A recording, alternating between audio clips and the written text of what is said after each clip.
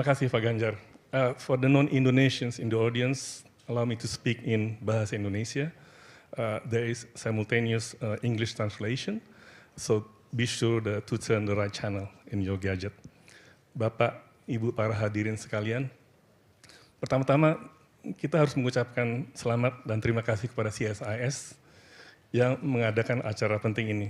Dan saya pribadi juga berterima kasih atas kepercayaan yang diberikan untuk menjadi host acara siang ini. Kita bersama segera akan mendengarkan pidato dari calon Presiden Republik Indonesia, arah dan strategi politik luar negeri dari calon Presiden Bapak Haji Ganjar Pranowo SH MIP. Seperti yang diuraikan oleh Pak Yose Rizal tadi, politik luar negeri tidak akan banyak didengungkan dalam kampanye pemilu ini. Masyarakat kita lebih tertarik dengan program yang berkaitan dengan ekonomi, kesejahteraan, dan ketentraman. Namun, politik luar negeri tetap penting karena perubahan konstelasi lingkungan geopolitik seperti yang diuraikan oleh Pak Yose Rizal tadi, akan ada dampaknya terhadap keadaan dalam negeri. Dalam misi visi Capres Pak Ganjar, tim Ganjar, berjudul Menuju Indonesia Unggul, Gerak Cepat Mewujudkan Negara Maritim yang Adil dan Lestari. Terdiri dari 61 halaman. Bab terakhir, bab 8, itu sepenuhnya menyangkut kebijakan luar negeri dan pertahanan negara. Jadi silahkan di-download misi dan visinya di situs tim Ganjar dan dibaca karena penting. Saya tidak akan memberikan perkenalan yang panjang lebar mengenai Pak Ganjar. Kita semua sudah cukup mengenal. Namun izinkan saya untuk mengungkapkan dua hal menarik yang belum banyak disampaikan di muka umum. Kalau nanti terpilih, Pak Ganjar akan menjadi Presiden Indonesia yang kedua yang mencapai jabatan top di negara ini melalui jalur partai politik. Kita mengenalnya mungkin Pak Ganjar sebagai mantan Gubernur Jawa Tengah. Jadi tidak salah kalau kita menganggap bahwa dia menjadi capres melalui jalur kepala daerah. Seperti juga halnya Presiden Joko Widodo dan capres Anies Baswedan. Namun kalau kita tarik ke belakang, Pak Ganjar meniti karir politik dari bawah. Sebagai aktivis mahasiswa di Universitas Gadjah Mada lewat GMNI, kemudian masuk ke dunia politik di usia muda, 24 tahun, dan selanjutnya menjadi anggota DPR dari fraksi FPDI, P, 2004-2013, dan menjadi Gubernur Jawa Tengah 2013-2023. Banyak orang meniti karir politik melalui partai selama ini, tapi hanya satu di antaranya yang berhasil menjadi presiden. Itu pun 70 sekian tahun yang lalu, yaitu Bung Karno, lewat PNI. Pak Ganjar kalau terpilih menjadi presiden kita yang kedua yang meniti karir dari bawah melalui partai politik.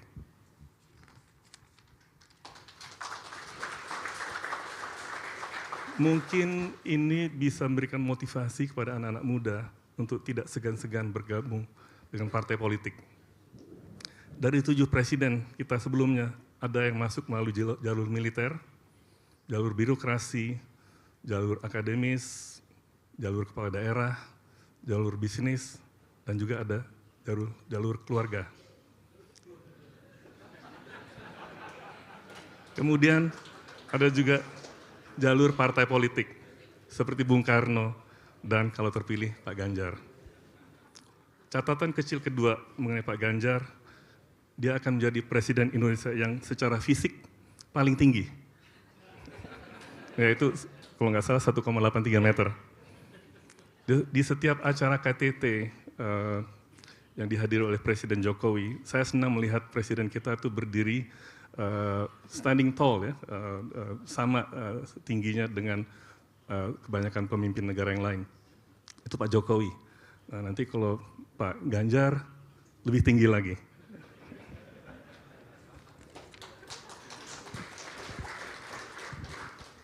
Bapak, Ibu, para hadirin sekalian, sekarang mari kita bersama menyimak pidato yang akan disampaikan Pak Ganjar mengenai pandangan dan rencana kebijakan luar negerinya. Pak Ganjar, kami berikan waktu maksimum 30 menit. Setelah itu akan ada waktu sekitar 1 jam untuk tanya jawab dengan audiens Bapak-bapak, Ibu-ibu. Siap-siap dengan pertanyaan-pertanyaan, boleh yang tajam dan sulit, karena kita akan tes calon presiden kita siang ini. Kepada Pak Ganjar kami persilakan.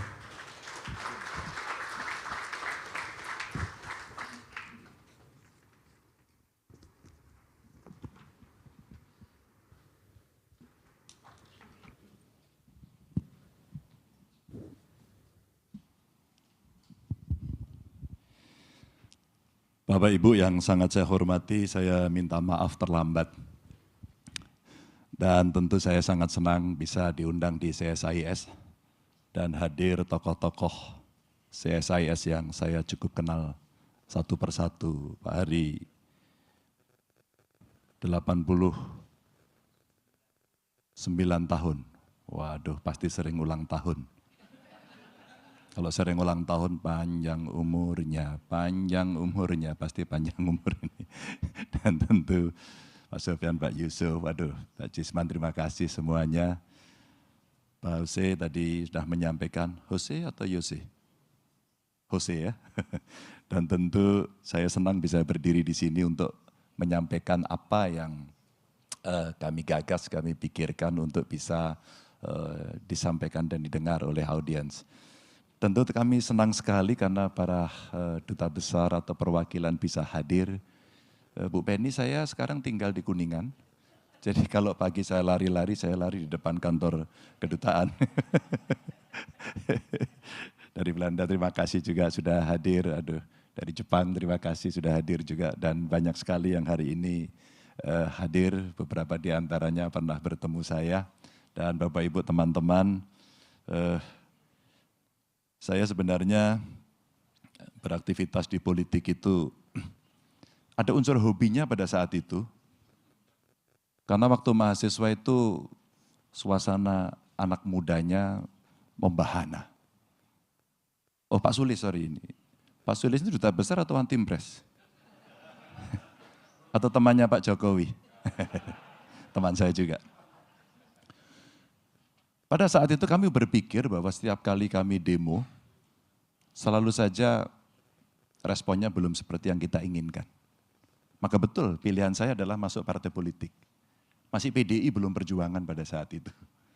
Dan kemudian itu saya sampaikan pada anak-anak muda yang banyak sekali tidak tertarik pada partai politik. Karena wajah partai politik seringkali menjadi ya banyak catatan lah begitu. Tapi itu buat saya tantangan dan sebuah pilihan. Sehingga pada saat saya menyampaikan kepada anak-anak muda, apakah kamu tertarik pada partai politik untuk bergabung? Ternyata sebagian besar tidak. Tapi ketika saya tanya, apakah kamu tertarik jadi bupati wali kota? Tertarik jadi gubernur? Tertarik jadi presiden? Mereka tertarik. Jadi situasi yang mendorong mereka menjadi anak-anak instan, hari ini memang ya terimalah dengan lapang dada. Tugas kita yang lebih senior untuk memberikan edukasi kepada mereka bahwa proses itu penting. Termasuk bagaimana memahami proses dalam politik luar negeri kita. Sehingga kita boleh punya kepentingan nasional, tapi kita tidak bisa mengabaikan karena kita hidup menjadi bagian dari dunia. Bapak Ibu yang saya sangat hormati, saya ada paparan mudah-mudahan bisa dilihat. Statement yang pertama adalah dunia sedang tidak baik-baik saja. Hari ini terjadi perubahan yang sangat dahsyat di dunia. Dan ternyata ketidakbaikan di dunia ini mendorong pada situasi yang tidak mengenakan. Di beberapa akhirnya terjadi kemunduran demokrasi. Partisipasi masyarakat tidak bisa ditampilkan dengan baik karena masing-masing mengambil sikap dan keputusan sendiri.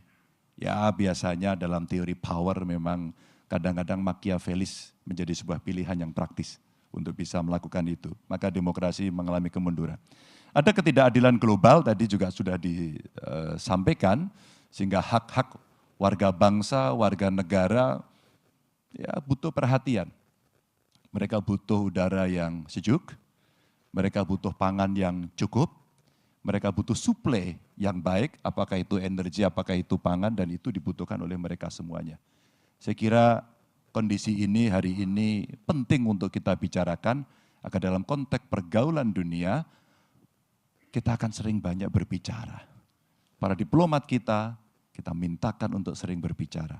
Bagaimana kepentingan bilateral atau multilateral bisa diselesaikan sekali lagi untuk kepentingan bersama dan sama-sama saling menguntungkan. Ini yang penting. Kemerosotan ekonomi terjadi karena pukulan berat. Kemarin kita mengalami pandemi serentak. Tapi tidak cukup dengan itu. Konflik di berbagai kawasan akibat perang juga terjadi dan ini ternyata berdampak besar pada beberapa harga pokok, apalagi kebutuhan pangan. Maka kami tidak heran kalau kemudian hampir semua negara produsen pangan itu mencoba untuk mengerem. Apakah ini harus kita izinkan untuk dibeli oleh negara lain atau kita keep? Agar kita bisa memenuhi kebutuhan nasional dari masing-masing negara. Maka sekali lagi, kalaulah kita ingin agar hidup di bumi ini jauh lebih baik, sekali lagi, diplomat-diplomat ini menjadi punya kekuatan yang sangat penting untuk setiap negara ada. Itu situasi dunia Bapak Ibu, dan tentu saja kita melihat bagaimana kondisi kita yang ada di Asia.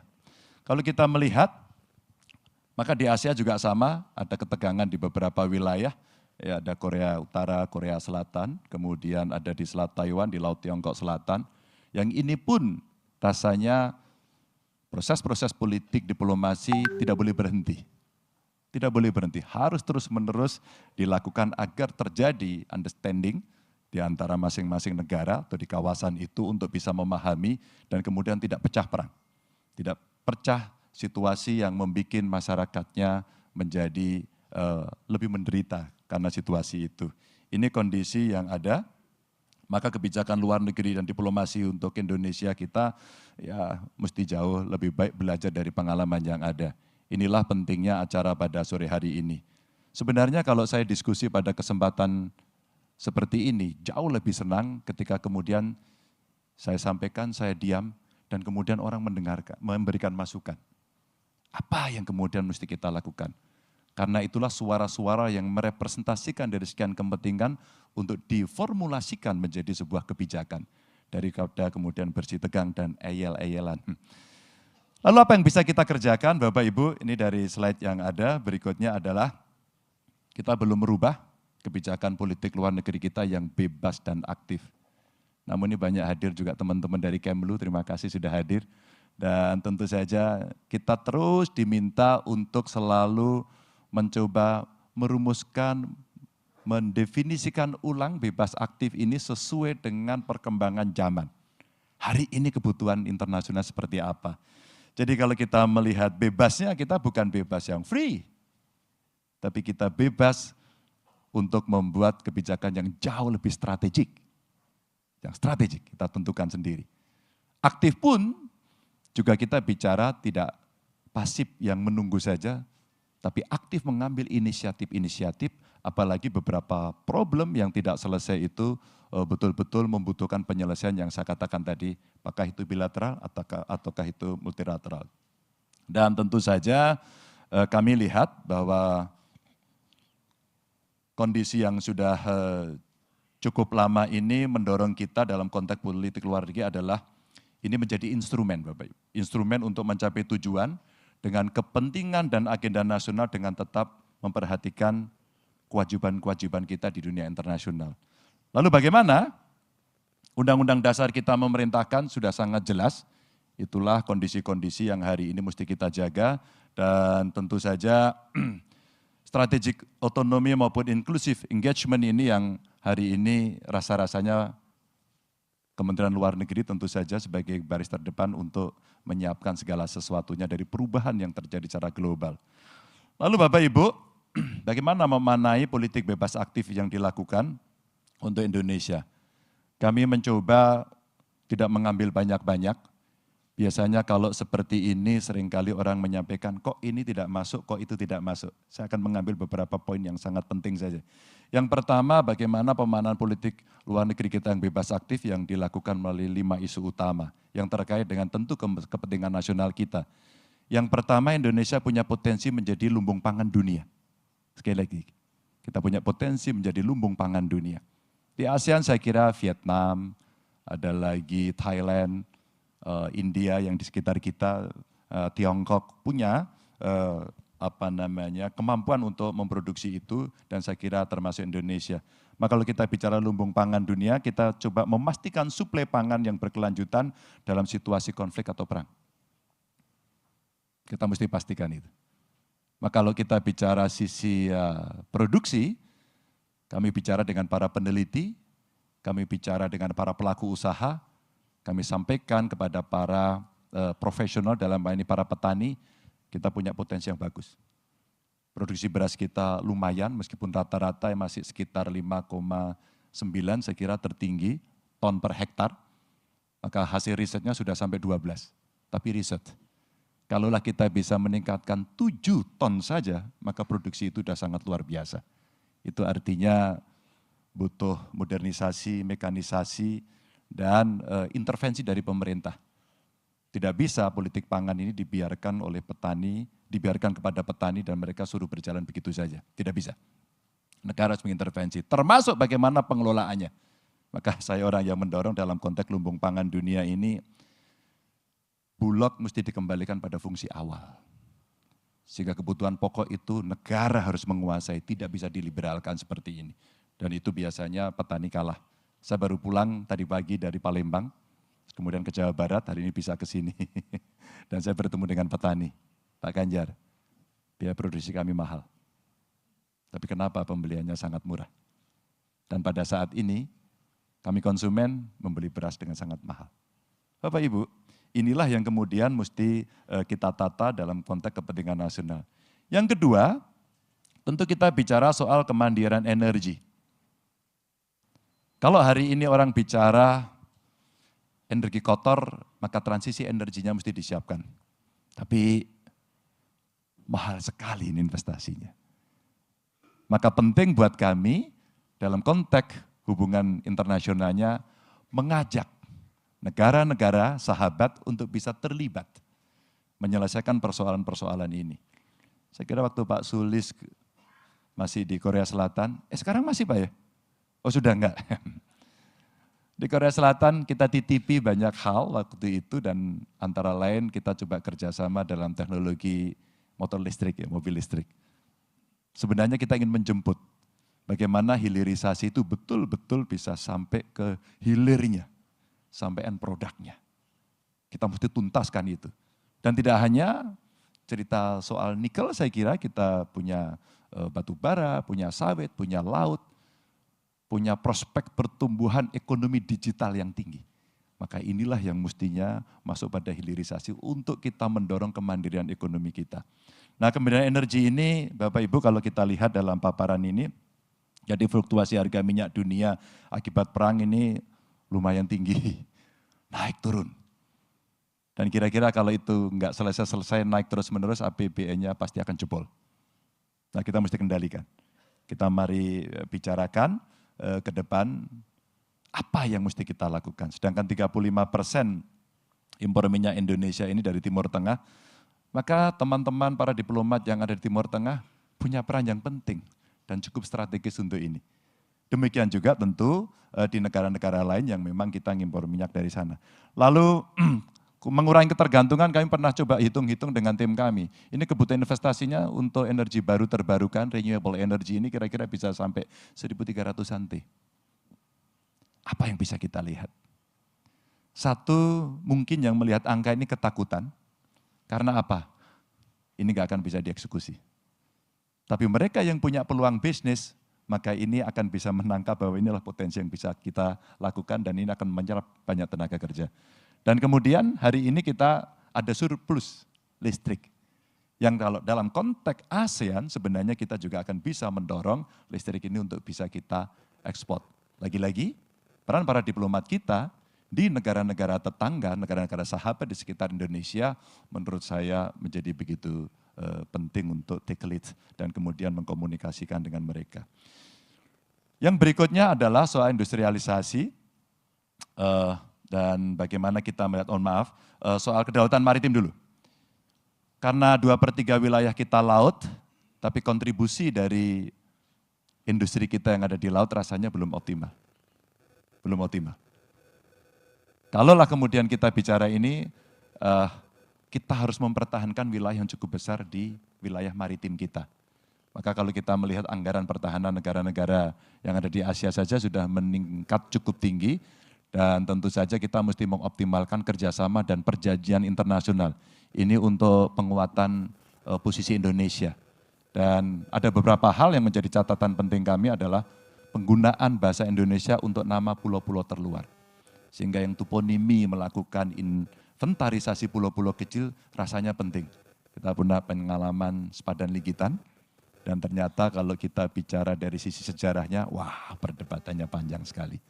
Bagaimana menamai pulau itu, apa mata uang yang berlaku di sana, dan kultur apa yang berkembang di sana. Bapak Ibu, negara yang besar ini membutuhkan perhatian yang besar pula. Maka kalaulah kemudian kita ingin mengamankan kondisi wilayah maritim kita, itu salah satunya. Lalu menggandakan anggaran untuk pertahanan yang ada di laut. Dalam perdebatan capres sebelumnya saya mengikuti dengan baik bagaimana mengamankan laut kita. Ternyata Coast Guard kita belum tuntas. Maka kemudian di laut kita itu kurang lebih ada 8 kalau tidak salah, semua yang ngurusi di laut. Sehingga ada istilah kapal brondol. Begitu masuk pertahanannya kena masalah, di tengah ada persoalan tenaga kerja, berikutnya lagi ada persoalan kelautan, berikutnya lagi ada dengan polair, berikutnya lagi kemudian ada masalah hukum, dan seterusnya sampai terakhir masuk di darat, kapalnya brondol. I don't know what the meaning is brondol. Brondol in English? Oke, mudah-mudahan yang di sana bisa menerjemahkan. Pokoknya ditelanjangi lah habis gitu surat-suratnya. Itu yang ada. Maka kalau kita bicara daulat ini, kita wajib membangun kompleks nantinya untuk pengamanan industri pertahanan yang ada di dalam negeri. Sebenarnya cikal bakalnya ini sudah ada. Ya, cikal bakalnya sudah ada, hanya kita butuh lebih serius lagi untuk menangani dengan target-target yang terukur sesuai dengan perubahan dunia internasional yang hari terjadi. Yang berikutnya adalah terkait dengan industrialisasi. Maka Bapak Ibu yang sangat saya hormati, ada beberapa poin yang ingin saya sampaikan dalam konteks industrialisasi ini. Perang dagang yang hari ini cukup ramai, ini membantu, berdampak kepada rantai pasok yang kemudian terganggu. Beberapa komponen menjadi begitu mahal, dan beberapa industri sekarang terganggu yang ada di Indonesia. Dan pengusaha serta investor menjadi khawatir, semua wait and see. Dan kami belajar betul pada saat pandemi lalu, pada kondisi ini ternyata, Pak tolong bantu dong Pak, agar kami bisa mengirim barang-barang kami keluar dengan gampang. Lagi-lagi dibutuhkan peran para diplomat untuk mengirim satu barang dari tempat kita ke tempat lain. Mungkin harus dengan negosiasi khusus, mungkin harus dengan insentif khusus, mungkin harus kesepakatan khusus antar dua negara.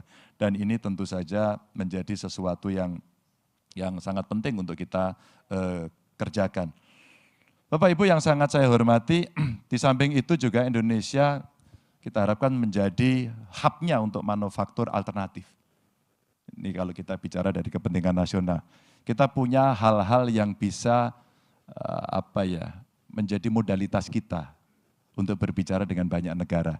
Apalagi dengan negara-negara yang memang punya relasi dekat dengan komponen-komponen industri tertentu atau sumber daya tertentu. Kalau kita contohkan dari paparan ini, cadangan pasir kuarsa saja kita cukup besar. Kalau kita ingin membuat industri solar panel barangkali, saya kira kita bisa mengajak beberapa negara untuk bermitra, negara sahabat dengan kita untuk bisa mengerjakan ini. Ada 21 perusahaan yang mengelola atau mengolah pasir silika yang sudah beroperasi, dan ini bisa melakukan penghematan dari penghematan impor beberapa komponen. Kalaulah ini kemudian bisa kita produksi, penciptaan lapangan kerjanya juga harus masuk. Tapi Bapak Ibu, saya lagi berbicara juga, Tidak saya tulis di sini, SDM yang mesti siap.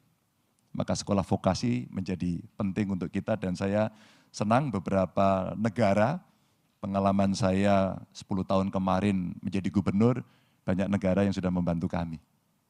Waktu itu dari Jerman membantu, dari Australia juga membantu, dan kemudian kita bicara bagaimana ya vokasi ini bisa kita kembangkan dengan baik dan tentu saja ini bisa kita lakukan dengan keseriusan-keseriusan kita untuk mengurus ini. Berikutnya lagi, ini isu penting yang saya sudah konfirmasi ke Kemlu ini. Apa sebenarnya yang harian kita bisa dapatkan dari fungsi-fungsi yang mesti kita laksanakan dari politik luar negeri kita untuk melindungi segenap warga negara Indonesia. Dan tentu seluruh tumpah darah. Maka saya bicara warga negara saja. Maka dalam konteks ini pekerja migran kita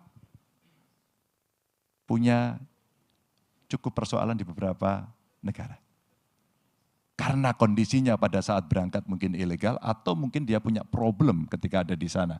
Maka Bapak Ibu bayangkan 18.820 kasus sampai dengan tahun 2023. Pengalaman saya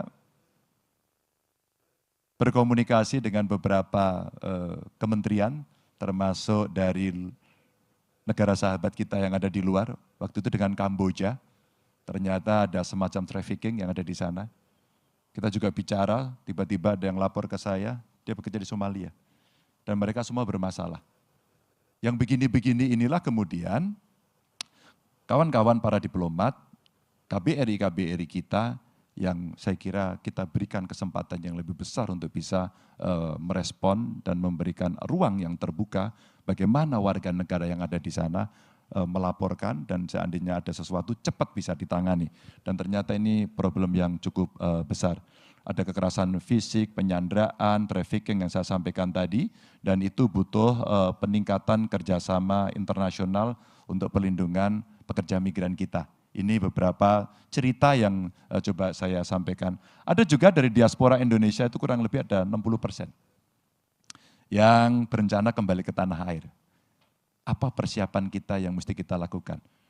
Tidak hanya PMI-nya loh, ini ada orang yang ekspor betul, mereka hebat di luar negeri, tapi mereka ingin kembali untuk mengembangkan banyak hal yang ada di Indonesia. Saya kira ruang ini mesti kita buka, tapi ada peluang yang tidak terlalu tinggi untuk karir mereka yang ada di sini. Saya dulu beberapa minggu lalu lah ketemu dengan anak Indonesia, namanya Karina. Saya tanya pada banyak orang, apakah Anda kenal dengan Karina? Hampir semua mengatakan saya tidak kenal. Begitu saya ceritakan, Bung, semua akhirnya kenal. Karina adalah salah satu anggota tim yang menemukan vaksin AstraZeneca. Anak ini luar biasa. Sekarang dia lagi kerja di pemerintah Australia. Lalu saya melamar dia karena dia bisa mendapatkan tempat kerja yang bagus di sana. Apakah kamu mau bekerja di Indonesia? Dan dia sangat antusias. Anak-anak hebat ini hanya salah satu aja saya ambil contoh. Dan dia saya lamar jadi tim sukses saya. Ini anak hebat, masih muda. Apakah kamu mau berbicara tentang bioscience? Karena keahlian dia ada di situ. Dengan semangat yang tinggi dia sampaikan, saya akan lakukan itu. Bapak Ibu, ini cerita diaspora-diaspora kita. Dan tentu saja yang berikutnya adalah kekuatan negara dari peraturan visa yang resiprokal. Target Indonesia bebas visa ini saya kira menjadi catatan penting agar di antara beberapa negara ini bisa jauh lebih mudah. Kalau ini kita lakukan rasa-rasanya hubungan kita dengan banyak negara kita akan jauh lebih baik. Ya kalau hari ini kita rankingnya mungkin di sekitar berapa ya ini? 72 ya. Kalau ini bisa kita geser ke ranking 50 saja, agak rasional, maka ini akan bisa menjadi target pekerjaan yang mesti bisa kita lakukan. Bapak Ibu yang sangat saya hormati, sudah agak panjang saya menyampaikan cerita ini, dan tentu saja kita mesti ikut melaksanakan ketertiban dunia yang berdasarkan kemerdekaan, perdamaian abadi, dan keadilan sosial. Inilah politik luar negeri kita yang bisa membuat damai dan adil untuk memberikan rasa merdeka kepada seluruh bangsa yang ada. Dan saya kira itulah penghormatan yang terbaik antar negara yang bersahabat. Terima kasih. Mudah-mudahan cukup bisa menjelaskan. Assalamualaikum warahmatullahi wabarakatuh.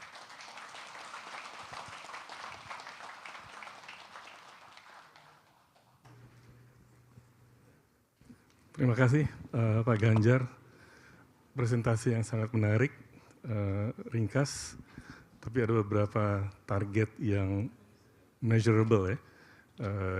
Ini akan menjadi homework bagi teman-teman di Kemlu. Tadi target yang menarik mengenai visa bebas di 120 negara. Terus saya pikir banyak yang akan senang kalau itu dicapai. Kita sekarang udah banyak belajar berjalan ke luar negeri dan paspor kita bukanlah paspor yang mudah ya untuk berkunjung apalagi ke Eropa. Juga tidak disebutkan tapi dalam visi misi statementnya Capres Pak Ganjar, deskripsi Indonesia sebagai negara maritim. Ya, saya pikir itu penting, itu meneruskan juga dari Presiden Jokowi. Dan juga salah satu goal yang disebutkan dan saya tidak temukan di visi misi Capres lain adalah kemerdekaan bagi bangsa Palestina. Itu ada tertulis di visi misinya Pak Ganjar. Tadi saya mencoba mencari kesamaan dengan visi misi Pak Jokowi dan perbedaan. Tadi ada beberapa perbedaan, ada nuansa lah ya, yang menarik. Jadi mungkin kalau saya mengambil dari tema visi dan misi, kata kuncinya adalah gerak cepat. Jadi apapun yang sudah dilakukan oleh pemerintah sekarang ini, Pak Ganjar nanti bisa mempercepat proses-proses yang sudah dilakukan oleh Presiden. Kita masih ada waktu sekitar 60 menit untuk sesi tanya jawab. Namun sebelum saya lempar ke floor, izinkan saya menggunakan prerogatif saya sebagai host untuk mengajukan pertanyaan pertama. Satu pertanyaan aja.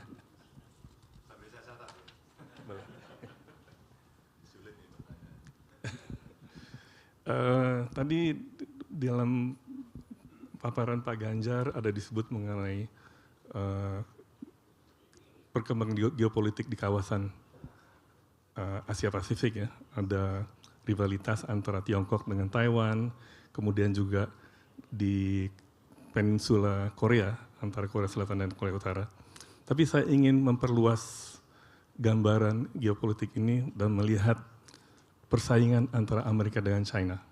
Ya, bukan sekedar persaingan dagang, tapi ini sudah meluas. Rivalitas antara dua kekuatan, dua negara adidaya.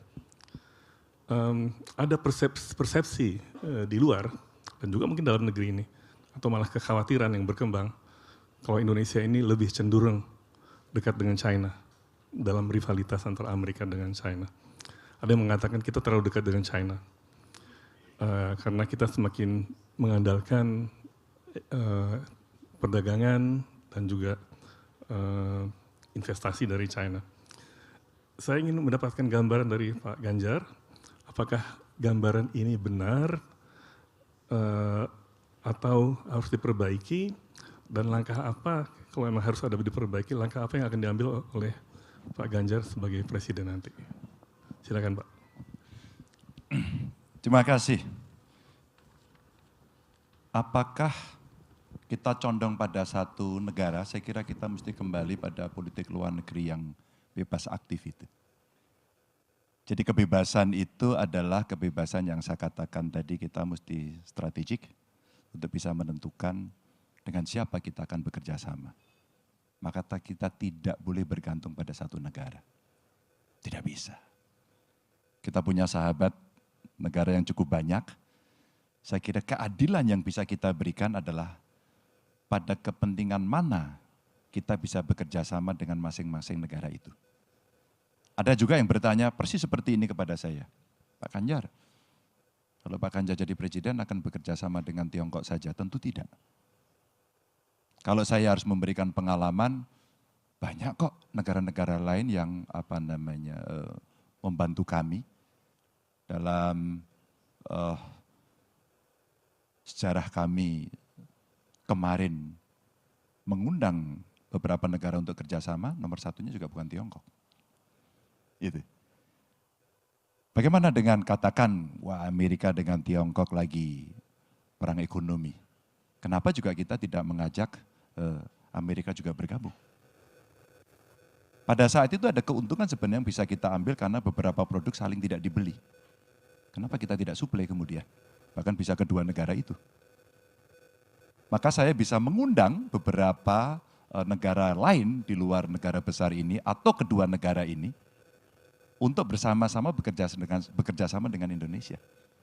Sehingga kita bisa lebih terbuka dan di antara kita sama-sama saling untung.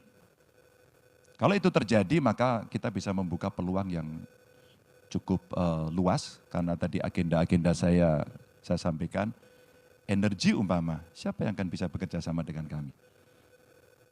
Beberapa waktu lalu dengan US Embassy katakan, saya bicara di sana, saya pengen membuat kawasan industri kesehatan. Karena rasa-rasanya ke depan industri ini menjadi begitu penting. Dan kemarin kita dikejutkan dengan COVID dan kita kewalahan semuanya. Industri ini cukup penting. Lalu saya sampaikan beberapa yang ada di sana, katakan perusahaan-perusahaan dari Amerika umpama. Anda punya pengalaman yang bagus, saya sebutin Johnson & Johnson, Merck gitu kan. Anda bisa loh bergabung. Lalu mereka mengajak berdiskusi kami. Pak itu menarik. Oh menarik. Karena kami sudah mengawali ada satu kawasan yang ada di Bali itu kalau dikembangkan jauh bisa lebih besar lagi. Maka dengan politik luar negeri kita yang bebas aktif ini, kita bisa mengajak dan kami akan senang kalau kemudian semuanya akan bisa bekerja dengan kita untuk menyelesaikan persoalan dari masing-masing negara itu. Begitu. Terima kasih Pak Ganjar. Berarti bebas dan benar-benar bebas, independen ya, tidak berpihak dan aktif Ya, sesuai betul. dengan kepentingan nasional ya. Betul, karena di antara kepentingan nasional itu kita juga hidup di tengah pergaulan dunia. Maka tidak bisa kita mendinai yang lain. Terus kemudian kita hanya mengacu pada satu kepentingan negara saja. Maka kalau kita mengacu pada satu kepentingan negara dan kita depend on pada negara itu, suatu ketika jadi persoalan, jangan-jangan kita tidak punya reserve untuk melakukan sebuah plan B begitu. Maka ini pentingnya kita bisa bertemu dengan banyak negara lain. Terima kasih.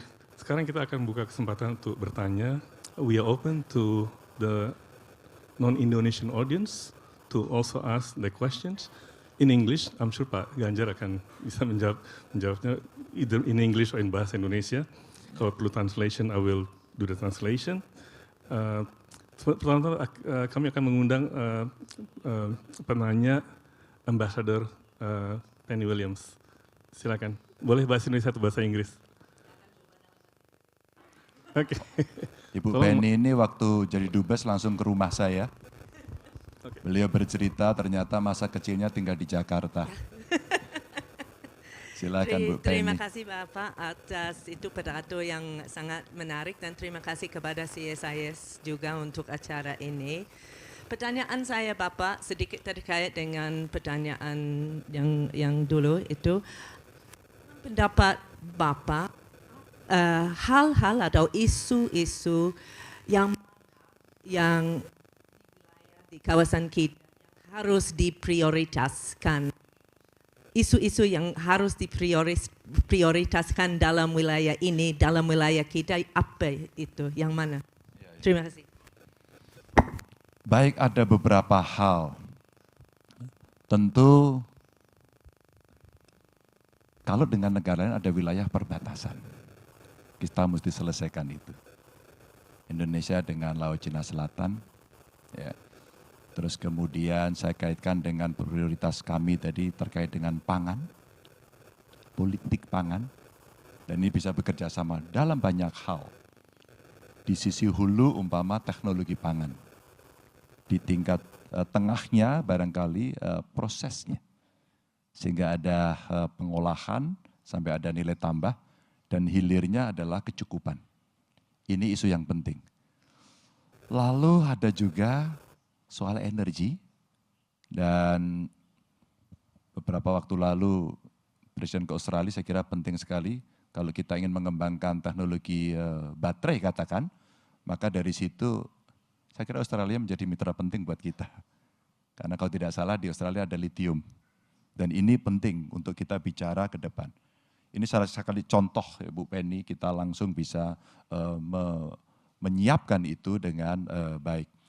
Tapi dari 5 isu ini yang menjadi prioritas kami ini, dari soal pangan, soal maritim, energi, kemudian industrialisasi sampai perlindungan warga negara. Namun demikian, ada yang belum saya sampaikan, tapi saya kira ini menjadi isu penting, adalah terorisme. Jadi anti-terorisme itu menjadi isu yang penting buat kami. Kami ini negara yang punya dasar Pancasila, kami ini mengakui perbedaan, Bhinneka Tunggal Ika, maka dalam setiap kontestasi kami mengharamkan adanya kampanye SARA. Karena Republik ini lahir dari banyak suku, banyak agama, banyak ras yang terlibat, banyak golongan yang terlibat, maka ketika kemudian ada banyak juga yang mencoba mengutik-ngutik kami dengan terorisme, maka ini menjadi sesuatu yang kami harus betul-betul lawan itu. Dan ya terakhir, satu lagi adalah drug, narkoba. Ini sesuatu yang kemarin juga menjadi diskusi kami yang cukup dalam karena ini jejaringnya juga internasional. Ini beberapa catatan yang menurut saya penting untuk kita kerjakan. Terima kasih. Terima kasih Pak Ganjar. Selanjutnya saya mengundang Pak Alexius Jamadu, ada sini, untuk mengajukan pertanyaan. Silakan. Terima kasih Pak Endi. Tadi ada ibu-ibu yang angkat tangan juga ya? Ya, Iya. Silakan Pak Alex. Habis ini. Terima kasih Pak Ganjar untuk sambutannya tadi. Dan saya menggarisbawahi salah satu poin penting di dalam sambutan Bapak adalah Indonesia mengkapitalisasi kekuatan material kita untuk diplomasi yang efektif. Saya pikir itu logika politik luar negeri yang bagus. Ya, kalau kita di dalam kebutuhan-kebutuhan strategi seperti itu, kita bisa menjalankan politik luar negeri aktif. Karena hanya orang kuat bisa bebas. Hanya orang kuat yang bisa aktif. Terkait dengan itu, pertanyaan saya adalah, di dalam visi ini terlihat ada keinginan yang sangat kuat untuk gerak lebih cepat. Dan tentu itu hal yang bagus untuk bangsa ini. Tapi gerak lebih cepat di dalam hubungan internasional itu tidak hanya kita yang tentukan, tapi juga ditentukan oleh dunia internasional. Nah, saya ambil contoh hubungan kita dengan Tiongkok. Salah satu yang saya pikir hubungan bilateral yang sangat penting bagi Indonesia saat ini. Kerjasama ekonomi kita makin dalam, ekstensif, dan jujur saja kita sangat bergantung kepada Tiongkok. Nah, dalam kondisi seperti itu, bagaimana Bapak kalau terpilih nanti menavigasikan politik luar negeri bebas aktif itu tatkala ketergantungan kita makin dalam. Utang luar negeri, investasi, infrastruktur, perdagangan, kita tidak bisa, ini udah of no return. Itu yang pertama. Yang kedua, kita juga punya kepemimpinan tradisional di ASEAN. Dan negara-negara ASEAN juga itu punya kepentingan masing-masing, sangat pragmatis. Ya. Kita juga. Nah, bagaimana Bapak akan mempertahankan platform regional ini, ya, mempertahankan kepemimpinan Indonesia, karena itu platform yang sangat bermanfaat untuk kita deal dengan negara-negara besar. Demikian Pak Ganjar. Terima kasih. Terima kasih Pak Alex. Ketika kita punya kekuatan dan kemudian itu menjadi kekuatan yang bisa dikomparasikan dengan banyak negara. Dan kalau dimulai dari material kita punya, tadi boleh ditampilkan nggak yang nikel dan sebagainya. Kenapa ini saya sampaikan Pak? Wong kita punya kok Pak, kekuatan itu. Kalau kita kuat di situ, kita besar di situ kan kita akan mempengaruhi. Kan begitu pertanyaannya. Maka kita punya. Ketika kita punya ini dan kemudian sebutlah kita mau bicara kemandirian energi. Energi kita tidak boleh mencemari ya. Ada Kyoto Protocol, ada Paris Agreement, katakan di situ. Dan kemudian seluruh dunia akan nagih besok pertemuan di Uni Emirat Arab ya. Saya kira di Dubai kalau nggak salah ya. Ada pertemuan COP di sana, semua pasti akan bertanya bagaimana progres dari negara masing-masing yang sudah menyepakati itu untuk melakukan transisi energinya, menuju energi yang lebih bersih. Maka ketika kita punya, Pak lihat aja Pak kekuatan itu Pak. Nikel itu ternyata kalau diolah kita punya keuntungan yang sangat besar. Secara ekonomi dapat, kebutuhan negara dapat, dan kita sedang menuju energi bersih, salah satu contoh. Atau yang kedua barangkali sawit. Sawit kita terbesar juga kan di dunia. Tinggal kemudian bagaimana kawan-kawan nanti di Kemlu katakan, para diplomat, didukung. Jadi leadernya adalah Kemlu. Didukung oleh teman-teman, para expert, ada pengusaha, ada dari kementerian, untuk kemudian kita berbicara dengan banyak negara. Kalau kita punya beberapa poin itu saja, yang memang kita kuat, kita bisa olah, saya kira kita akan diperhitungkan. Terbukti, nikel kemarin kita tidak ekspor dalam bentuk mentah, kita ramai sekali kan. Di dunia, di WTO, dan ramai sekali kita. Maka itulah pentingnya kita melakukan negosiasi, termasuk di kawasan ASEAN. ASEAN menurut saya harus direvitalisasi. ASEAN sebenarnya punya kekuatan, tapi saya tahu juga ada hubungan-hubungan antar negara, anggota ASEAN dengan negara di luar ASEAN. Maka ASEAN Plus 3 kalau tidak salah juga kita sudah mulai berbicara soal itu. Kalau itu dilakukan, maka dalam konteks kepemimpinan Indonesia, maka kepemimpinan kan bukan I.O. Kepemimpinan adalah mewarnai, kepemimpinan adalah mendorong untuk sampai tingkat menentukan. Maka dalam konteks ASEAN, kalau kita bicara kemarin saya mencoba bicara carbon credit, kita bicara carbon trading, kenapa tidak Indonesia yang memulai? Sehingga kesepakatan-kesepakatan yang mesti dilakukan di ASEAN tidak lagi bicara soal kesepakatan yang bulat. Kita bisa tentukan, tidak harus dengan konsensus bulat. Tapi ini kepentingan bersama yang mesti kita segera putuskan, sehingga posisi ASEAN akan jauh bisa lebih penting dalam menentukan sebuah keputusan di kawasan. Ya kalau kita bicara perdagangan karbon, katakan, saya kira kita punya kekuatan itu untuk berbicara ke dunia. Tidak hanya dari Indonesia, tapi bisa masuk ke ASEAN. Yang kedua, kalau kita bicara politik pangan, mengapa kita tidak ajak produsen-produsen pangan yang di ASEAN itu bisa bersama-sama, satu memproduksi, dua menegosiasikan, sehingga kemudian kesetaraan itu terjadi dan manfaat dari organisasi ini akan menjadi jauh lebih tinggi. Ada beberapa catatan yang menyampaikan selama kepemimpinan di ASEAN kira-kira nilai tambah apa yang dilakukan. Apa kita bisa bersepakat soal perubahan iklim di level ini? Karena kita berada sebagian di antaranya di wilayah tropis ini. Kita juga harus bisa menentukan. Apakah kemudian kita bisa cukup kuat untuk mengkonservasi hutan-hutan kita? Apakah kita bisa coba menjaga lahan gambut kita untuk tidak dikonversi kepada yang lain? Agar kemudian ya karbonnya bisa terserap di situ. Dan ini bisa kita perdagangkan dengan teman-teman kita, mitra kita yang ada di Eropa, mungkin di Amerika dan sebagainya. Dan itu memang butuh kepemimpinan yang kuat untuk melakukan itu.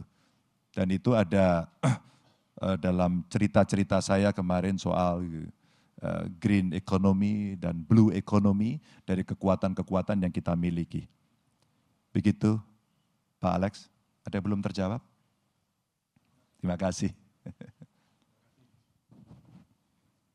Terima kasih Pak Ganjar. Jadi yang menarik tadi mengenai revitalisasi ASEAN dan kepemimpinan Indonesia di ASEAN.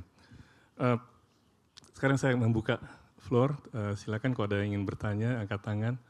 One person here, and we start with two persons here. and then we move to the next one. Please, the microphone. Please identify your name and your affiliation. Thank you. Yes, thank you. My name is Daniel Blockert, and I'm the ambassador of Sweden. Unlike my Australian colleague, I do not speak Bahasa Indonesia yet, but I've just started. I came here 2 months ago. First of all, the new sneakers from Urban Sneaker Society look very good.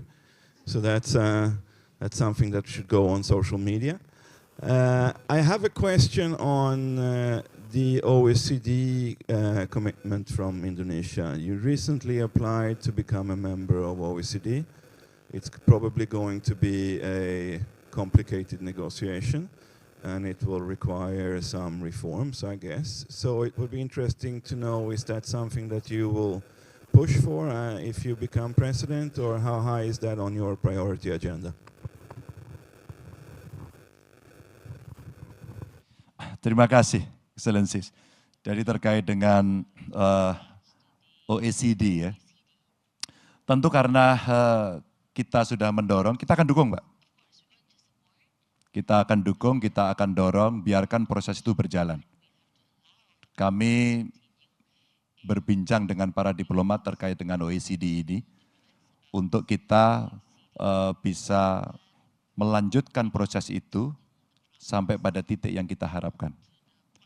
Karena ini juga penting sekali bagaimana kita mengembangkan ekonomi di OECD ini dan kita bisa mendapatkan manfaat yang sama. Ada banyak sekali kerjasama yang sudah kita lakukan dengan banyak negara, apakah itu bilateral atau multilateral. Dan ketika tawaran-tawaran di OECD ini bisa memberikan kemanfaatan bersama untuk kita akan dorong, Pak. Biarkan sekarang ini proses berjalan sampai pada titik kesepakatan yang nanti didapat. Thank you. The gentleman here, please.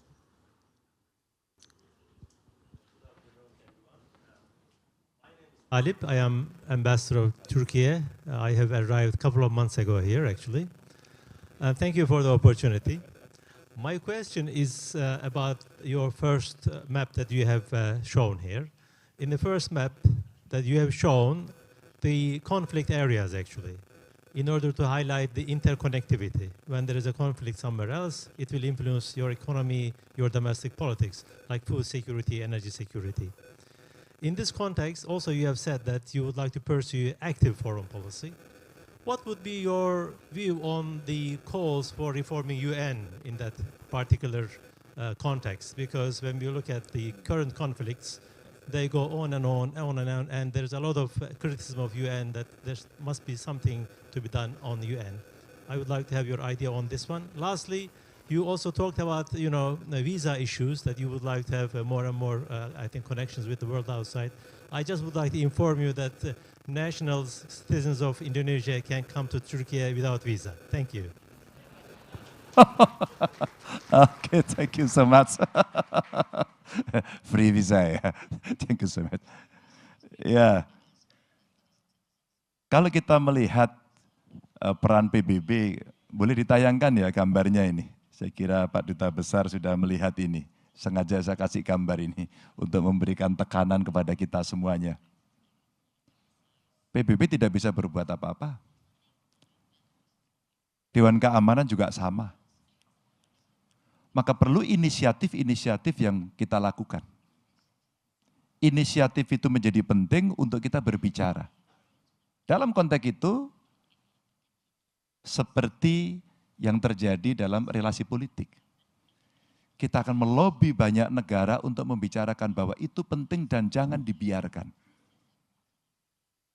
Karena perang konflik itu yang rugi adalah orang-orang sipil. Mereka menjadi korban, tidak ada orang yang perhatian.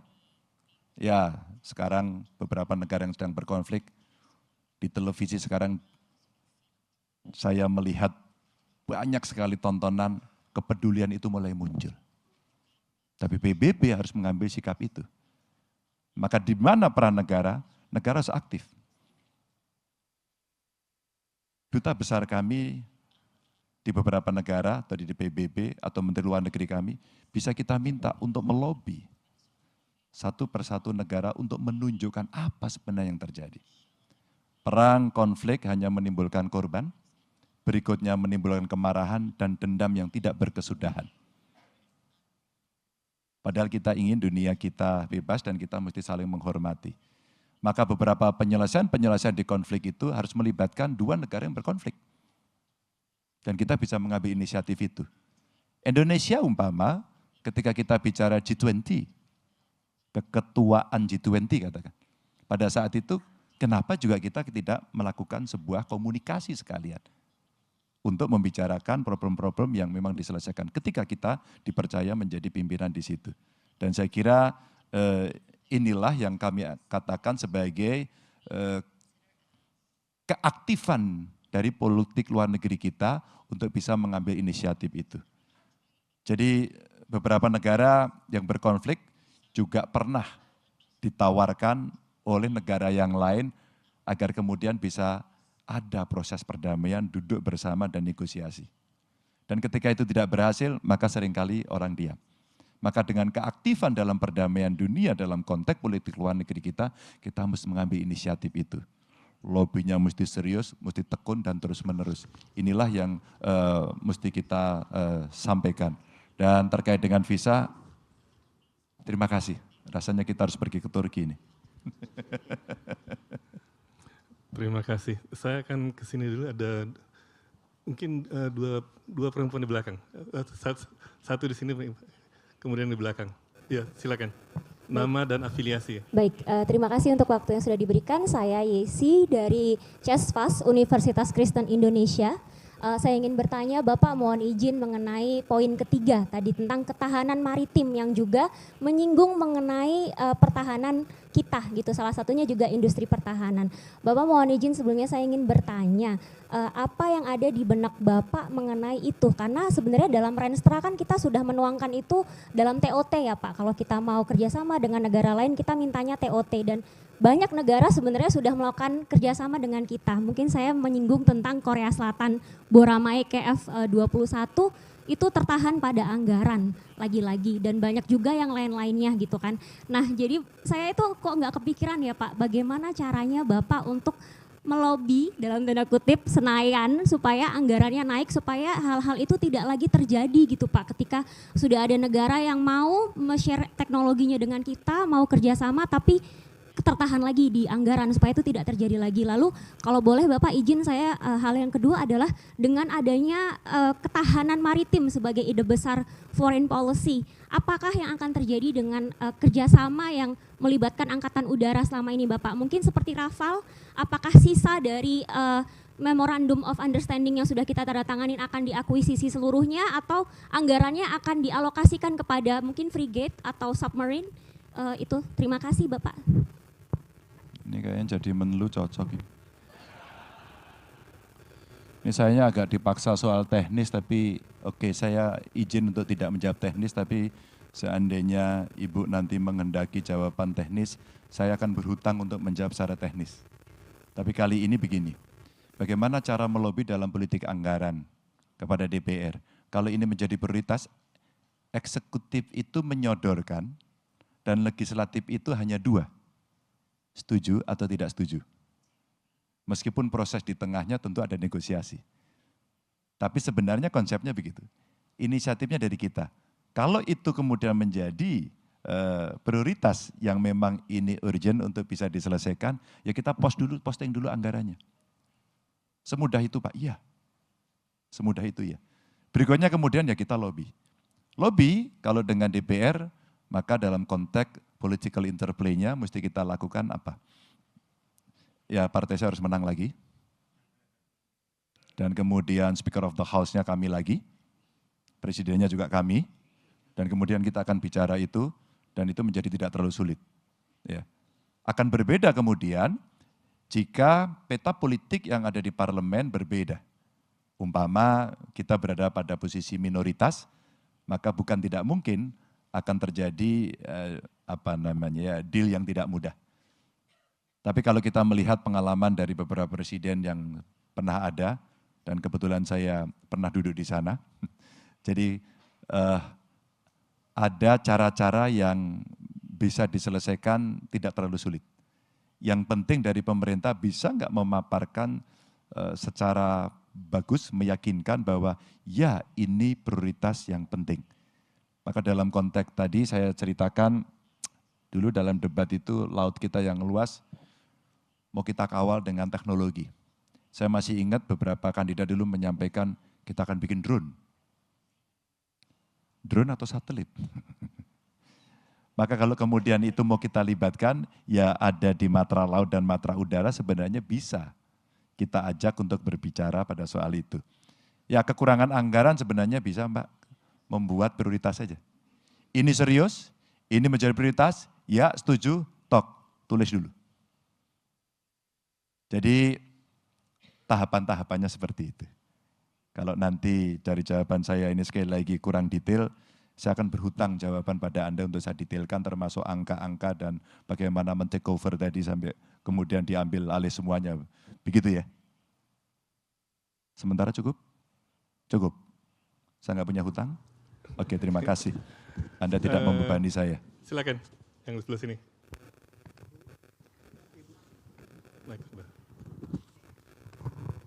Terima kasih Pak, saya Tatat dari Majelis Ekonomi Muhammadiyah. Saya ingin bertanya tentang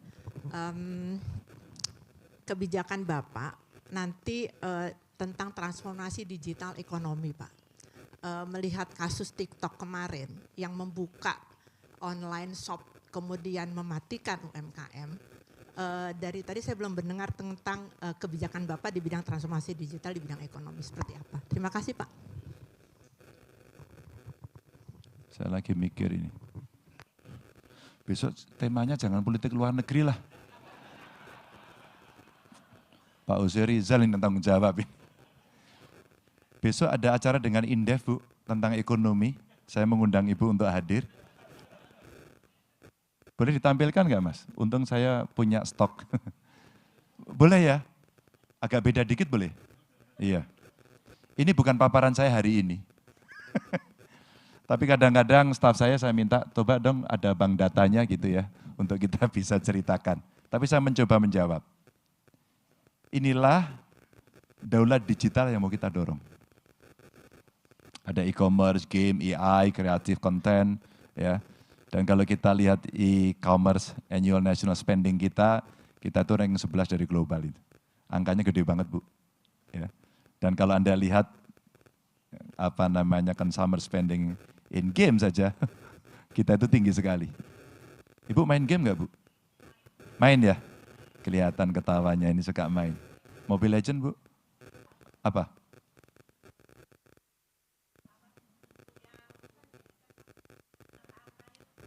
Ada angka-angkanya, togel. No, yang itu jangan. Oke, ternyata Ibu main game, oke. Nah, kalau kita lihat kemudian hardware kita, ini potensi kapasitas data center Indonesia itu sampai 670 megawatt. Ini tim saya tak suruh ngitung. Coba hitung, ambil datanya. Jadi surplus listriknya akan bisa kita gunakan, lapangan kerja bisa naik, upskilling SDM bisa kita lakukan, dan potensi ekonomi digital kita ada 4.531 T. Bu, sebagian yang menjadi cita-cita saya adalah hilirisasi industri digital, Bu. Jadi kalau Ibu ketemu anak-anak muda yang mereka sebut Gen Z, kita nyebut Gen Z tapi dia tidak suka disebut Gen Z, mereka sampaikan, Pak, kami butuh creative hub untuk kami bisa mengembangkan talenta kami. Begitu. Lalu ternyata ada komunitas-komunitas yang dia bentuk dan dia butuh mendapatkan perhatian dari pemerintah. Dan semua yang dia kerjakan terkait dengan digital. Bu, sepatu saya baru, Bu, lihat, silakan dilihat. Oh jelas. Saya datang diundang untuk datang ke pameran ini. Apa Bu sebutan kelompok ini? Mereka adalah komunitas sneakers. Apakah terbayangkan oleh kita yang namanya ubanan seperti ini? Tidak. Yang kita pikirkan yang gede-gede, anak-anak kita berpikir komunitas sneakers, komunitas coding, pencipta lagu, desainer, games developer. Mereka lakukan itu semua. Lalu dia bilang, Pak, kami nggak punya akses modal. Lalu kami membuat FGD kecil dengan mereka. Lalu ada ketentuan dari pemerintah yang sudah diberikan, tapi tidak dilaksanakan hari ini. Mau saya kasih tahu, adalah IP, intellectual property. Dan itu bisa dijadikan sebagai kolateral, tapi tidak pernah dieksekusi. Saat saya diskusi, saya masih jadi gubernur. Maka saya tawarkan, bro, ini enggak sulit. Tapi butuh mau dari Anda. Anda mau enggak melakukan? Oh, saya mau, Pak. Oke, Anda mau hutang berapa? Oke, Pak. Saya enggak akan banyak-banyak, mungkin sekitar 50 sampai 100 juta. Baik, besok kamu datang ke bank saya. Karena saya pemilik bank. Bank Jateng maksud saya waktu itu. Untuk apa? Agar bisa pecah telur bahwa IP-nya bisa dijadikan kolateral. Bu, ini contoh kalau kita mau bicara soal ekonomi digital yang ada. Ya, TikTok Shop itu sebenarnya kasus yang hari ini tiba-tiba kita kaget. Padahal sebenarnya juga pernah terjadi di aplikasi yang lain gitu ya. Di medsos yang lain, orang sudah jualan. Tapi begitu TikTok Shop-nya ini betul-betul menjadi toko dan kemudian orang berjualan di sana, siapapun berjualan itu hak. Tapi ketika kemudian pasar tradisional mati, maka negara harus turun tangan dan mengintervensi. Jangan membiarkan. Bu, begitu itu diintervensi, diatur saja. Bukan dilarang, diatur. Bagaimana aturan main yang baik pada soal itu. Bu, saya ke Cirebon diprotes sama 2 remaja putri. Nangis-nangis dia di depan saya. Karena dia bilang, Pak, saya ini bekerja dengan inisiatif sendiri, modal sendiri, nggak ada bantuan siapapun, mulai TikTok Shop dan laku.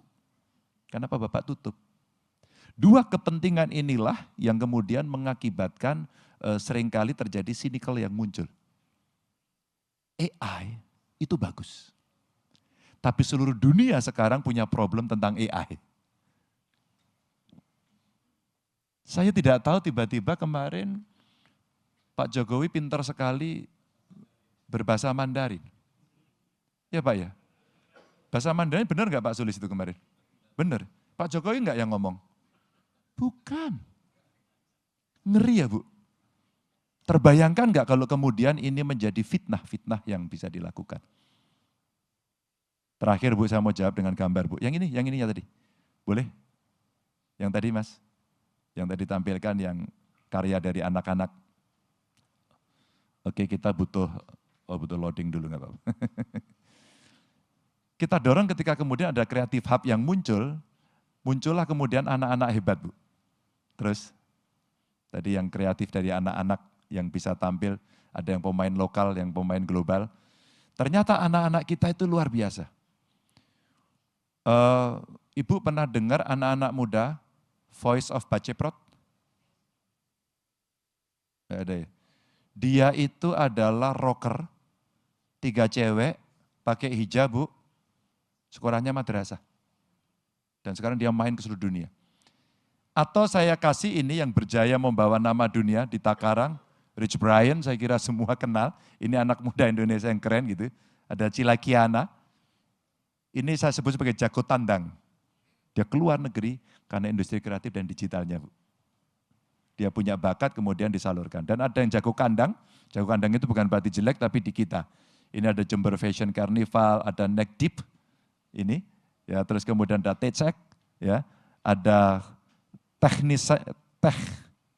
Techinasia, ini City Chapter, ada dari Malang. Ini Bu, Malang, Surabaya, daerah loh. Jadi kalau kita bicara ekonomi digital, wow, ini ekonomi masa depan. Kalau ini kita kembangkan, SDM-nya kita siapkan, pemerintah lebih banyak termasuk pemerintah daerah membangun kreatif hub lebih banyak, Bu, mungkin kita akan bisa menurunkan eksploitasi sumber daya alam kita agar ekonomi kreatifnya lebih tumbuh. Maka kalau orang bicara, ini ada duta besar Korea, mantan duta besar Korea juga ada di sana.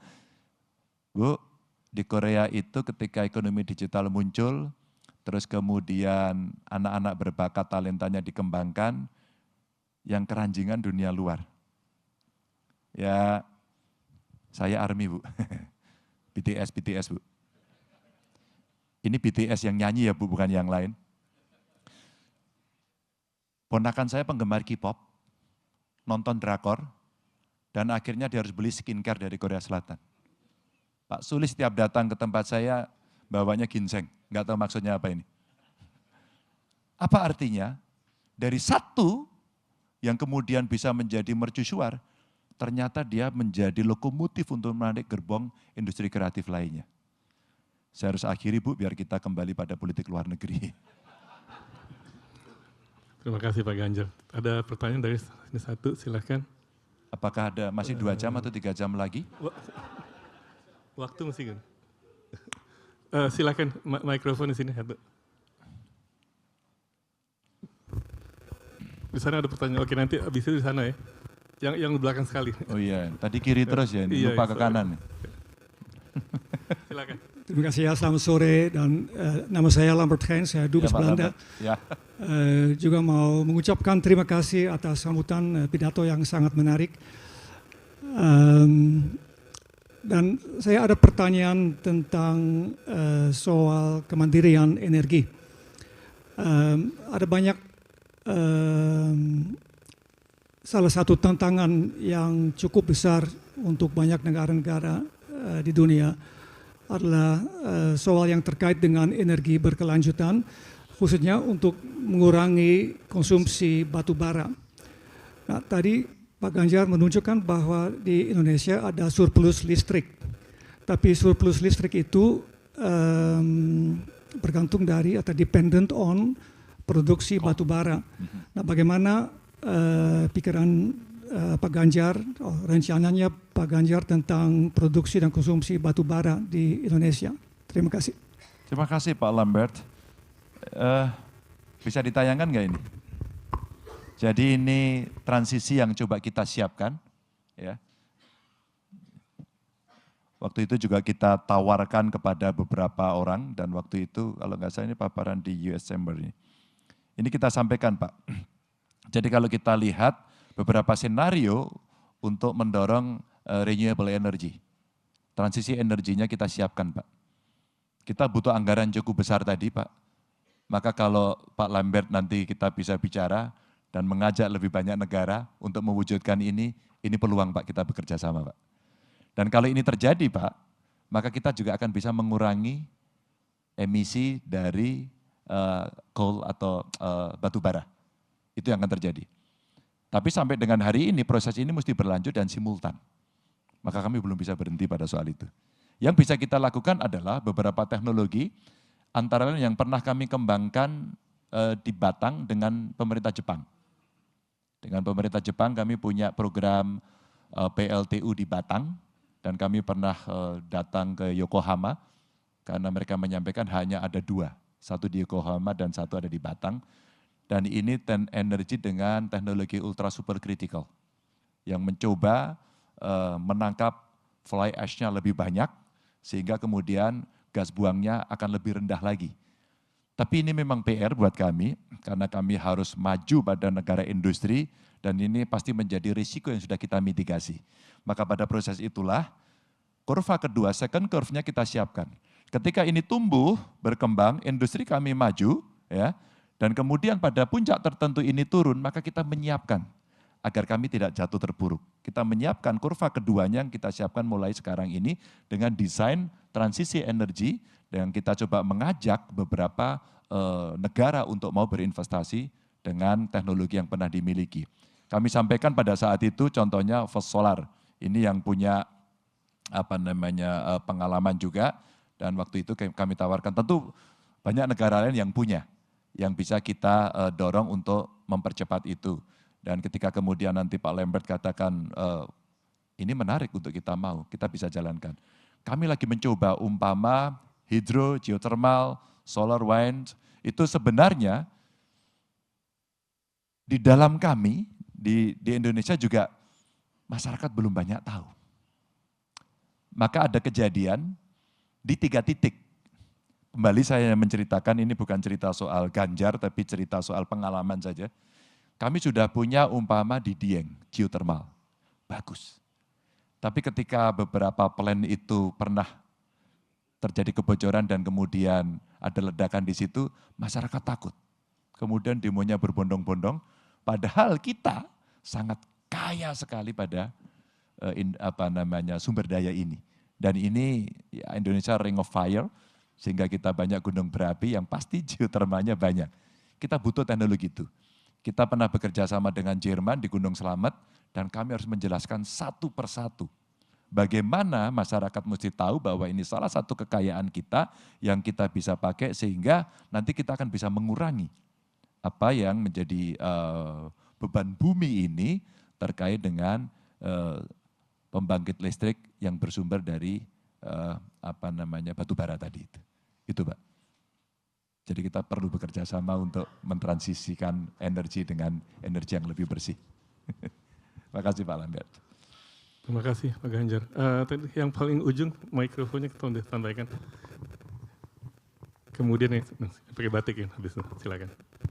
Terima kasih atas kesempatan yang diberikan. Selamat sore Pak Ganjar. Terima kasih atas pidatonya. Saya Andrew dari CSIS, peneliti Departemen Hubungan Internasional. Pertanyaan saya sebetulnya simpel. Biasanya sarjana hubungan internasional dalam mendeskripsikan posisi suatu negara akan menggunakan kata-kata power, besar, kuat. Tapi kalau boleh saya tanya, mengapa Pak Ganjar secara spesifik memilih kata-kata unggul ketimbang gaya besar atau kuat dan berkuasa? Dan kemudian pertanyaan berikutnya yang kedua, kalau tadi dipotret bahwa salah satu masalah yang menunjukkan dunia tidak baik-baik saja adalah kemunduran demokrasi yang terjadi di tingkat global, sebetulnya apa yang masih kita punya di Indonesia berkaitan dengan demokrasi kita yang tetap membuat kita bangga saat ini bahwa Indonesia adalah negara demokrasi dan bisa kita tunjukkan sekaligus mungkin kita ekspor sebagai solusi terhadap masalah global yang tadi Bapak sampaikan berkaitan dengan kemunduran demokrasi. Terima kasih. Iya, kenapa pilihannya pada unggul dan cepat tadi disebut? Karena yang ada di kepala saya adalah ini ada potensi yang kita bisa dapatkan untuk melakukan lompatan. Apa itu bonus demografi? Maka kita mesti unggul. Unggulnya tidak kita pilih pada semua bidang kita unggul. Enggak, yang kita kuat saja. Salah satu adalah potensi pangan. Dua, kemudian kita bicara beberapa sumber daya alam kita, material kita yang tadi Pak Alex sampaikan tadi, wong kita punya kok, yang negara lain tidak punya. Maka kalau kita unggul di bidang itu, dan kita dipertimbangkan betul-betul di situ, maka dunia akan mengakui. Dan itulah pintu kita untuk bisa bernegosiasi dengan banyak negara. Check and give-nya ada dan kemudian kita bisa menjadi setara. Kalau power, rasa-rasanya yang ada di kepala kita kemudian siapa menekan siapa. Dan akhirnya menjadi tidak fair. Yang kecil pasti kalah. Maka aliansi-aliansi kemudian dibentuk. Dan inilah yang menjadi perhatian kita. Bagaimana antar negara betul-betul mereka bisa setara, bisa saling menghormati dalam relasi diplomatik yang baik. Yang menghormati. Itu saya kira yang pertama. Sorry, yang kedua tadi? Oh, demokrasi. Ya. Bagaimana kemunduran kita masih bangga? Ukuran kebanggaan kita pemilu besok ada yang intervensi enggak? Kalau pemilu besok bisa jurdil, maka kita mesti bangga pada demokrasi kita. Ya. Tapi kalau kemudian itu tidak, maka kita akan setback. Maka civil society sekarang punya peran yang sangat penting untuk menjaga itu. Sehingga ketika kemudian demokrasi bisa berjalan dengan baik, maka akan ada muncul ganjar-ganjar berikutnya. Saya bukan siapa-siapa, orang tua saya polisi, pangkatnya tidak tinggi, hidup kami lebih banyak susahnya, dan kemudian kami bisa diundang ke CSIS hari ini. Itu pasti karena sesuatu. Dan tanpa adanya demokrasi, enggak akan. Saya menunggu dulu bapak saya hebat. Saya menunggu dulu turunan. Dan itu tidak akan pernah bisa saya dapatkan. Tapi saya bangga pada bapak ibu saya, karena mereka rakyat biasa saja, dan bisa mendidik saya untuk seperti ini. Itu terima kasih saya. Terima kasih. Silahkan mikrofon ke yang sore. Habis itu Pak Dubes. Terima kasih atas kesempatannya. Perkenalkan saya Kenneth dari Youth-led Think Tank atau Think Tank Kepemudaan Policy Plus. Dan kami saat ini memang sedang membuat sebuah white paper terkait dengan perdagangan karbon, Pak. Kaitannya dengan foreign policy-nya terkait dengan climate diplomacy. Pertanyaan dari saya, Pak, dari Indonesia kan pada saat kepemimpinan Pak Jokowi itu cukup kencang menggaungkan sebuah term yang namanya Volunet Sync 2030, Pak. Forest and Other Land Use Net Sync. Tadi kan kita sudah membicarakan tentang kemandirian energi. Mungkin saya ingin mendengar dari Bapak bagaimana komitmen Bapak untuk mencapai komitmen Volunet Sync 2030 itu, Pak. Dan yang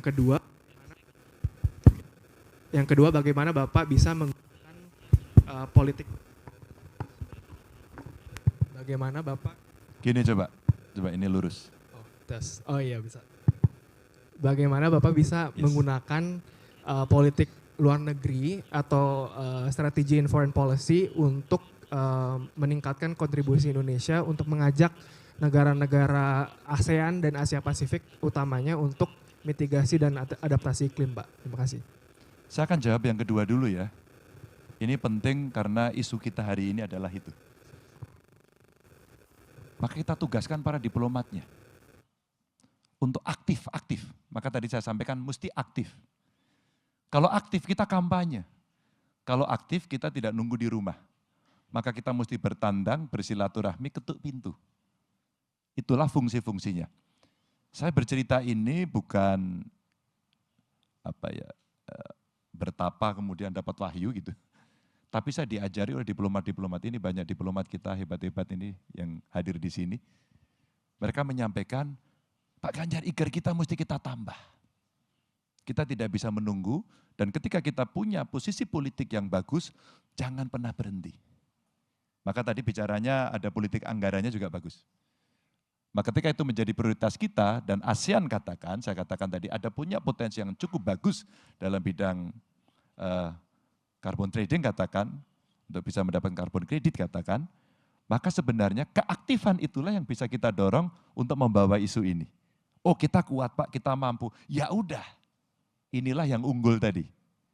Terus kemudian apa? Ini yang coba kita tawarkan. Siapa yang mengerjakan? Diplomat kita. Mampu enggak? Banget. Saya ketemu diplomat hebat-hebat. Idenya brilian. Yang dia butuhkan adalah keputusan pemimpin tertinggi.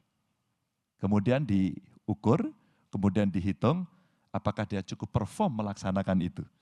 Barulah kemudian mereka akan tahu saya perform atau saya tidak perform. Gambarnya kira-kira begini.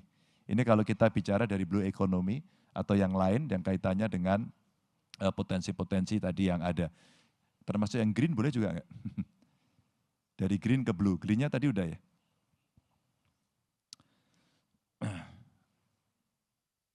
Oke. Nah, saya mencoba mendorong, ini kemarin saya paparkan di, mana ini, di ICMI. Jadi kalau kita bicara EBT tadi Pak Lambert sampaikan kepada kami, kalau kita biaya mencegah, mengurangi dan memperbaiki kerusakan lingkungan, itu kira-kira 1.371 triliun. Kemudian akibat kerusakan-kerusakan, kemudian terjadi polusi dan sebagainya, saya ambil data BPJS kita habis 17,8 triliun. Ini data Kemenkes tahun 2023.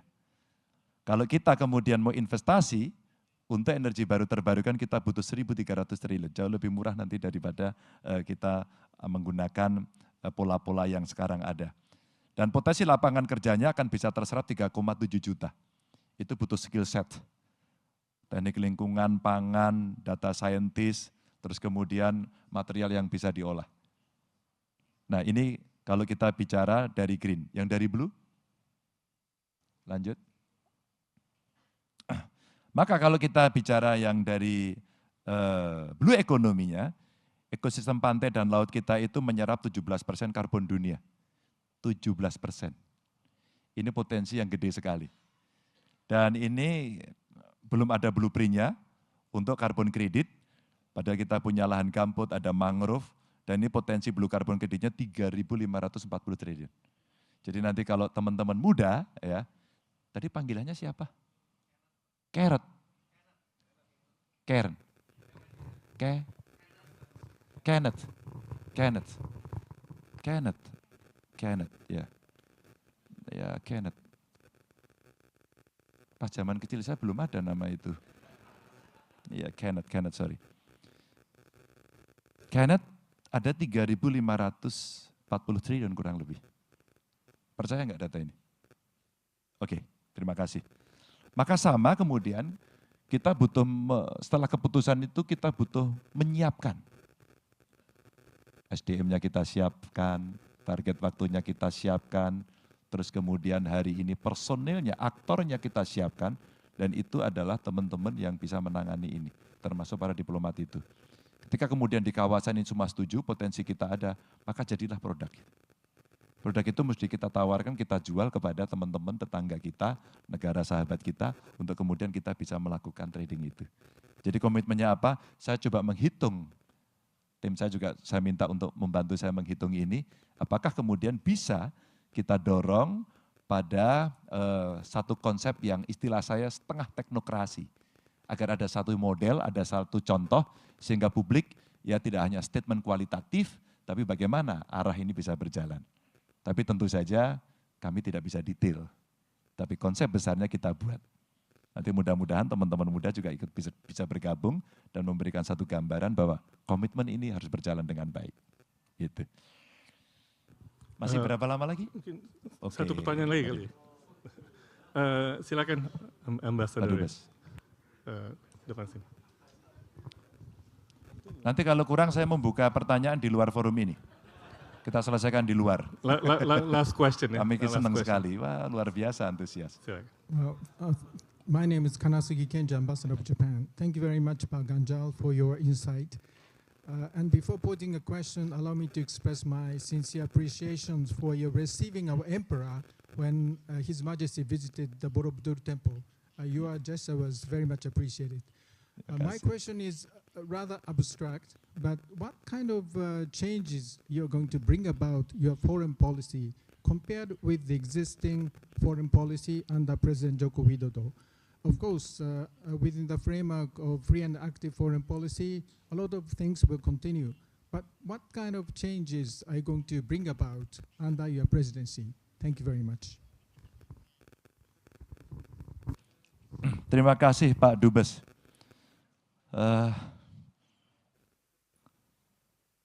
Kaisar Bapak ternyata ramah sekali. Saya mengantarkan Kaisar melihat candi, dan dulu kami dikasih tahu Pak Dubes, nanti tidak boleh salaman. Padahal kami ingin salaman. Kami ingin jabat tangan dengan Kaisar. Dan kami disuruh berhenti, dan ini tidak boleh salaman. Waduh, padahal kita ingin salaman. Dan orang Indonesia kalau sudah salaman, ditambahi satu lagi, selfie. Ya, gitu. Yang saya luar biasa adalah, begitu kami berdiri, Pak Kaisar mendatangi kami, dan mengajak salaman. Sesuatu yang luar biasa. Dan saat itu ada former Prime Minister, betul ya? Ada former Prime Minister ikut hadir, Pak Fukuda ya? Betul. Saya terkejut karena beliau sampaikan kepada saya, ada former Prime Minister Pak pengen bicara gitu. Siapa? Ternyata Pak Fukuda. Saya tertarik sekali karena waktu itu dia membisikkan sesuatu kepada saya, tapi ini rahasia. Apa yang berbeda? Karena politik luar negeri kita sebenarnya sama. Di seluruh presiden yang pernah menjabat di Republik ini. Tinggal mana kemudian yang harus kita cukup serius gitu. Mana yang kemudian menjadi prioritas. Saya memberikan contoh. Ketika kemudian kita bicara ASEAN tadi saya sampaikan, maka sesuatu yang harus kita bereskan di ASEAN, Indonesia punya potensi bisa mengkoordinasikan politik pangan di situ. Maka kita mesti mengambil inisiatif untuk memimpin bahwa ASEAN akan bisa menjadi salah satu kawasan yang bisa mensuplai pangan. Maka diplomat kita minta untuk bicara, ayo bicara dengan beberapa negara penghasil. Diseriusi, ada target waktunya dan diwujudkan. Yang kedua, ketika kemudian tadi ada pertanyaan beberapa negara mengalami situasi yang tidak baik, berperang dan sebagainya, padahal kita mau ikut perdamaian. Kalau perlu dibuatkan misi khusus untuk membantu perdamaian dunia itu. Agak sensitif kemudian orang berbicara, Palestina umpama. Semua berbicara, kemarin ramai sekali. Kenapa Pak Ganjar tidak datang? Posisi saya dari awal sudah jelas. Tapi penyelesaiannya juga kita harus wise. Tidak bisa hanya sekedar mendukung dan menolak itu. Tapi kita mesti aktif untuk bisa menyelesaikan. Mungkin perlu special envoy untuk kita kirim, menyelesaikan inisiatif. Sehingga ini bisa selesai. Dan penyelesaiannya harus melibatkan juga negara yang lain. Tidak bisa tunggal. Pada saat coba saya tawarkan ini, wah Anda ini nggak jelas. Saya orang yang sangat jelas. Karena sejak Republik ini berdiri, hubungan kita dengan banyak negara baik, dengan Palestina waktu itu juga baik. Saya kasih contoh konkret ini. Tapi ada Dasar Bandung yang kemudian menjadi kesepakatan antar negara-negara juga. Kita mesti menghormati, karena kesepakatan tidak pernah dicabut.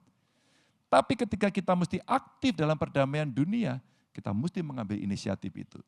Ya, ke Dewan Keamanan, ke PBB, ya, dan kemudian inilah yang mesti kita lakukan untuk menuntaskan misi-misi internasional yang mesti kita lakukan. Terima kasih Pak Dubes. Terima kasih Pak Ganjar. Waktu udah habis, maaf. Banyak pertanyaan, nanti mungkin bisa dicegah di luar. Saya berjanji nanti saya selesaikan di luar. Oke. Secara jantan dan betina, karena ada laki-laki dan perempuan.